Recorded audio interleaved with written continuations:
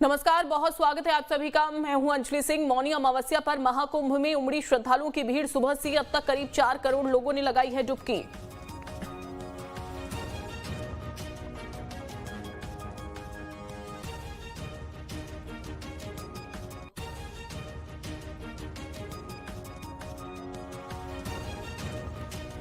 अखाड़ों के साधु संत अमृत स्नान के लिए पहुंच रहे हैं संगम। बता दें आपको, तीनों शंकराचार्य थोड़ी देर में करेंगे अमृत स्नान। अखाड़ों ने अमृत स्नान की तैयारियों को भी पूरा कर लिया है, तैयारियां पूरी की हैं। बड़ी खबर आपको बता दें, अखाड़ों ने अमृत स्नान की तैयारियां पूरी की और थोड़ी देर में पहुंच रहे हैं आस्था की डुबकी लगाने के लिए। मौनी अमावस्या पर जिस तरीके से यहाँ पर श्रद्धालुओं की भीड़ उमड़ी हुई है, सुबह से अब तक देखिए 4 करोड़ लोगों ने आस्था की डुबकी लगाई है।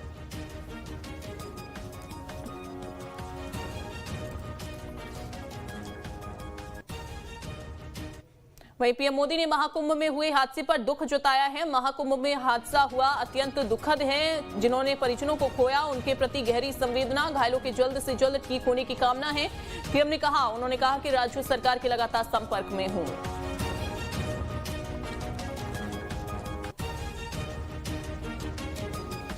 तो ये एक्स हैंडल पर प्रधानमंत्री नरेंद्र मोदी ने लिखा है कि ये बेहद ही दुखद समाचार है, दुखद घटना हुई है।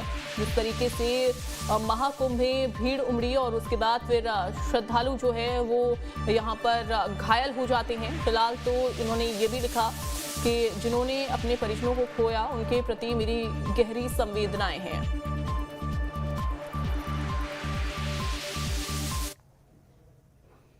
महाकुंभ के संगम नोज पर मंगलवार देर रात मची भगदड़ की घटना पर उत्तर प्रदेश के मुख्यमंत्री योगी आदित्यनाथ ने कहा कि संगम नोज अखाड़ा मार्ग और नाग वासुकी मार्ग पर भारी दबाव है, लेकिन स्थिति नियंत्रण में है। उन्होंने कहा कि रात 1 से 2 बजे के बीच में अखाड़ा मार्ग पर बैरिकेड्स को फांदकर आने में कुछ श्रद्धालु घायल हुए हैं। उन्हें अस्पताल ले जाया गया है, जहां उनका इलाज जारी है।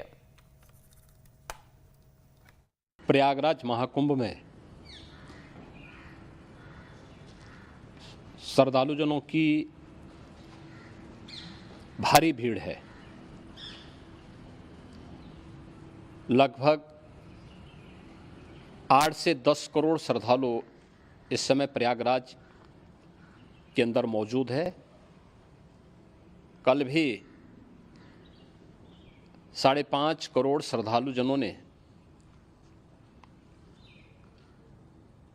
महाकुंभ का स्नान किया था। ये जो भारी दबाव श्रद्धालुजनों के कारण और श्रद्धालुओं के संगम नोच पर जाने के कारण वहाँ पर एक बना हुआ है, लेकिन पूरा प्रशासन मौके पे वहाँ मौजूद है।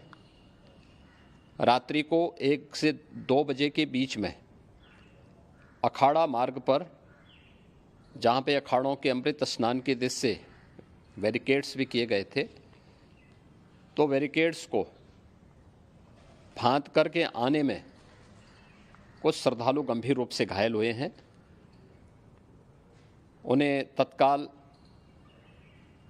हॉस्पिटल में पहुंचा करके उपचार आदि की व्यवस्था उनके लिए की गई है। अमृत स्नान के लिए देश भर से आए हुए श्रद्धालुजनों की व्यवस्था के लिए, उनके कुशल क्षेम के लिए आदरणीय प्रधानमंत्री जी का प्रातःकाल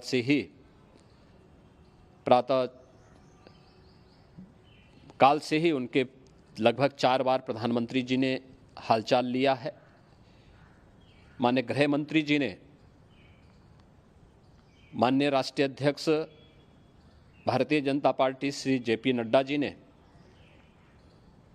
माननीय गृह मंत्री श्री अमित शाह जी ने भी, और प्रदेश की माननीय राज्यपाल श्रीमती आनंदीबेन पटेल जी ने भी लगातार जानकारी लेकर के सभी के कुशल क्षेम और सकुशल स्नान कराने के बारे में निरंतर रिपोर्ट ले रहे हैं।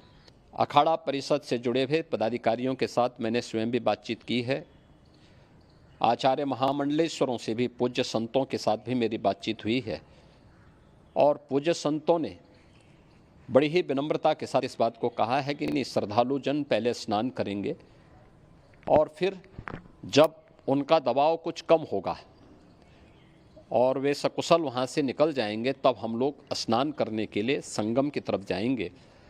अभी पहले श्रद्धालु जनों को, चूँकि देश भर से आए हैं, तो इसके लिए उन्हें सभी अखाड़े इसके लिए सहमत हैं और सभी लोग इस व्यवस्था के साथ जुड़े हुए हैं। इसलिए मेरी अपील है पूरे प्रदेशवासियों से, पूरे देशवासियों से और सभी श्रद्धालुओं से भी, सभी पूज्य संतों से भी,